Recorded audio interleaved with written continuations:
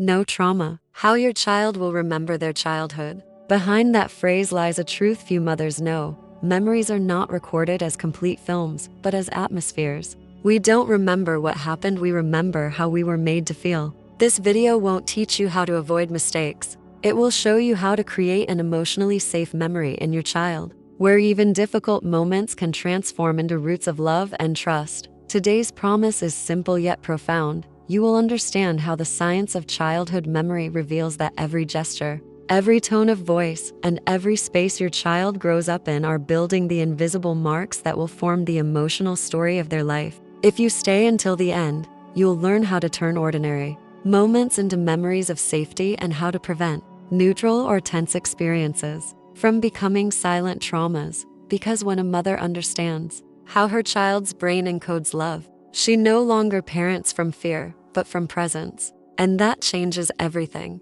What's at stake here isn't just memory, it's how your child will learn to love, trust, and feel enough in the future. Those who don't understand this continue repeating unconscious patterns, but those who integrate it begin to build a childhood that will be remembered as an inner home. 1. The invisible archive of the soul. Childhood isn't stored on a timeline. It's kept in the skin, in the rhythm of breathing, in the sound of the voice that soothes, or in the light filtering through the window. Every interaction, no matter how small, imprints itself on the nervous system as a sensation of safety or alertness. This is what neuroscience calls implicit memory, an emotional foundation that determines how the brain reacts to the world even before it can put those reactions into words. A study from Harvard's Center on the Developing Child shows that the first years of life are an open recording stage, where the emotions of the environment shape the brain's architecture. It's not about what the child consciously remembers, but about how their body learns to feel. Every tender gaze, every sustained hug, every ordered or chaotic space becomes a silent archive of the soul, a record of what it means to be safe or not. The home, then, is not just a physical place. It is an energetic mold that teaches the brain what to expect from life. The guiding voice or the welcoming room become part of an emotional map the child will carry forever. It's not the big moments that define their story, but the small, repeated gestures of love or disconnection that get recorded and noticed. And those marks, unseen yet powerful, become the emotional language through which they will remember their childhood. 2. The moment that becomes forever. We often believe that the deepest memories are born from great events, but science shows otherwise. What truly stays engraved are the micro moments charged with emotion: a sigh, a slammed door, an unexpected smile in the middle of chaos. These small fragments are what the limbic system turns into permanent traces, what the child's brain stores not as story, but as sensation.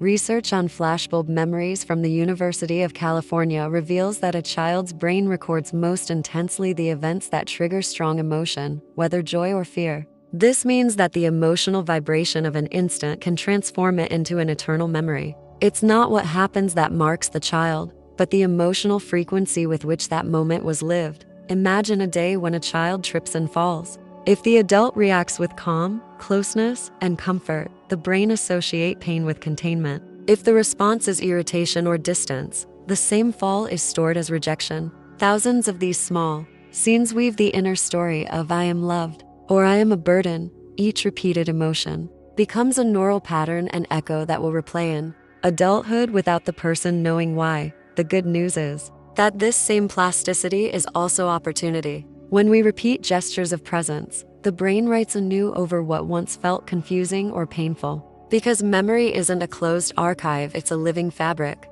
Each warm look, each conscious pause, each timely embrace becomes a point of light inside your child's emotional memory, a signal that will teach them forever what love that doesn't wound feels like. 3. The architecture of memory. The brain doesn't remember in a vacuum. Every memory needs a setting to anchor itself. That's why the physical environment is more than a backdrop, it's a sensory code that teaches the body how to feel. Warm light that softens the gaze, order that offers predictability, sounds that sustain calm. All of these are biological messages the nervous system interprets as safety or threat. In neuroarchitecture, it's known that materials, colors, and spatial organization modulate cortisol and serotonin levels. A harmonious environment reduces stress responses and strengthens the memory of well-being. This means the design of the home literally sculpts the emotional and memory circuits of your child's brain. A chaotic space records confusion.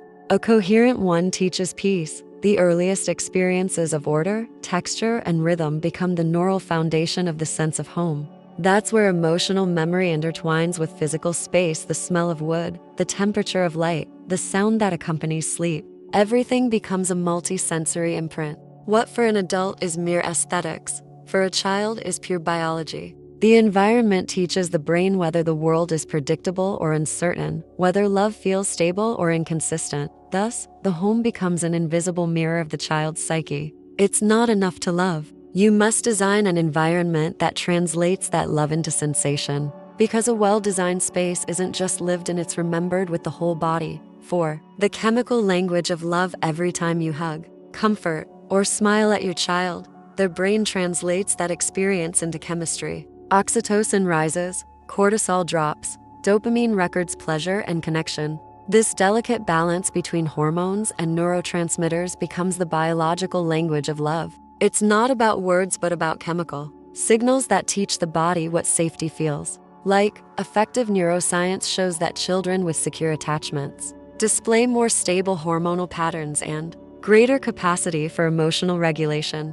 This means consistent, predictable love doesn't just comfort, it structures the mind. Each coherent interaction strengthens the circuits of attachment and resilience. Each unrepaired rupture weakens them. Loving with presence is literally feeding the brain substances that help it grow. Gestures of tenderness aren't symbolic, they're biochemical discharges that teach the body that life is safe. The memory of love doesn't remain in words but in the chemistry the child learns to generate when recalling your closeness. That's why love must be both practice and biology. It must be felt, breathed, and repeated. Because what is chemistry today becomes memory tomorrow. And what you repeat in presence now, their body will one day hold as truth. Here, I am safe.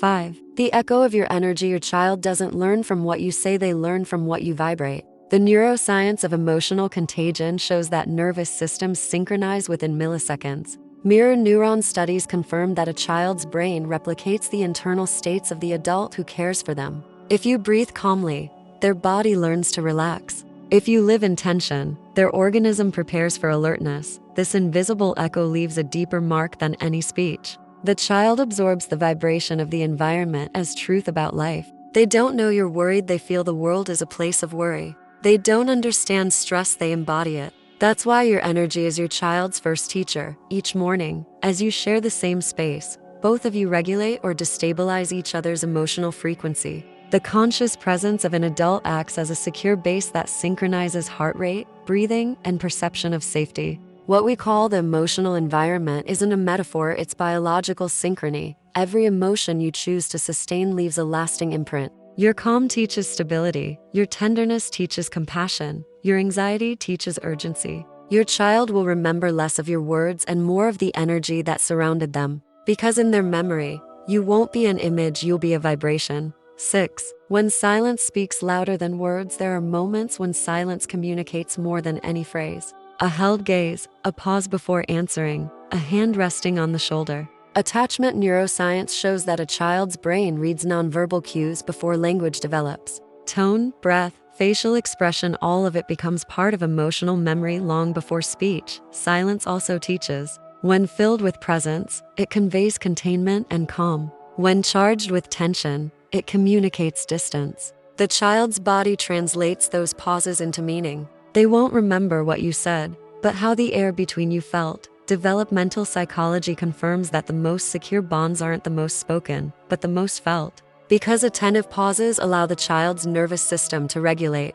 In that apparent emptiness, something essential happens. The brain integrates the experience. That's why explanation isn't always needed. Sometimes being is enough. Letting silence say, I see you, I'm here. Because that kind of silence is never forgotten, it becomes the inner melody the child will search for as an adult when seeking calm in the noise of life. 7. The window of repair. Rewriting the past in real time. Mistakes don't create trauma. The absence of repair does. Neuroscience calls this memory reconsolidation. Every time a memory is reactivated, it can be rewritten if a new emotion is introduced. This means every conflict, when handled with empathy, can transform a wound into growth. When a child feels hurt, their brain seeks signals of safety. If the adult returns with calm, names what happened, and validates the feeling, the amygdala releases its fear charge and the memory changes its emotional tone. What once was chaos becomes containment. That is the alchemy of repair. The window lasts minutes, but its effect can last a lifetime. A sincere apology, a sustained hug, a reconnecting gaze, these are acts the brain records as proof of unconditional love. There is no past that cannot be rewritten when presence is real. Parenting isn't about avoiding rupture. It's about learning to close it. Every repair is a lesson in emotional safety, and every healing gesture teaches the child that love doesn't break with error, it deepens. 8. The Montessori memory loop. Montessori education doesn't just build skills, it molds emotional memory. Every act of repetition within an ordered space reinforces the feeling of competence. Neuroplasticity transforms each autonomous success into a I can circuit. That repeated experience engraves in the body a narrative of self-trust that lasts a lifetime. Autonomy is a silent form of love. Allowing a child to participate, to fail, to explore activates in their brain the same sense of safety as an embrace. Instead of overprotection, guidance through respect teaches confidence. Montessori environments are prepared spaces that communicate with the nervous system. They promote concentration, rhythm, freedom within limits. Each of these conditions reduces anxiety and elevates serotonin. The memory of order, care, and independence becomes the emotional foundation of the adult they will become. To educate through autonomy is not to abandon, it's to hold invisibly. It's allowing the child's mind to learn that the world responds to their actions and that their hands are instruments of love and purpose. 9. The sensory blueprint of home. Home has a language recorded through the senses. The texture of a blanket, the smell of breakfast, the music playing on a rainy afternoon. All of this forms what neuroarchitecture calls the sensory memory of safety. It's the unconscious pattern that defines, in adulthood, what feels like home. When the environment offers sensory coherence, the body rests. The brain interprets stimuli as predictable, lowering stress load. But when noise, light, or disorder are constant, the nervous system lives in a state of alert. What should be refuge becomes battlefield. Designing an emotionally healthy space is designing well-being. Every soft texture teaches the body that touch is safe. Every warm tone teaches the brain that life can be kind. Home isn't about aesthetics, it's about regulation. It's the first emotional temple a child inhabits, the model they'll unconsciously recreate in their own future life. Your child won't remember the furniture or the colors exactly. They'll remember the feeling, the emotional temperature of that space, the invisible message of their first refuge. 10. The legacy of felt love. What a child will remember are not the perfect days, but the countless moments they felt, seen, held, and loved without condition. Memory doesn't store precise images, it stores felt truths. And those truths become the core of identity. Motherhood isn't about creating a flawless story, it's about creating an atmosphere where love remains constant amid imperfection. That constancy is what the brain translates as safety. What may seem like a small gesture today will become tomorrow's emotional root, guiding every decision. Children don't carry memories. They carry vibrations, the energy with which they were seen, heard, and cared for. That is the true legacy, teaching them that love isn't something to earn, but something to feel. The most powerful memory won't be what you did, but what your presence conveyed. Because in the silence of their adult mind, when life demands calm, they will return to the feeling of your arms, the light of their childhood, the echo of your energy. And in that instant, they will know they were, and always will be, safe.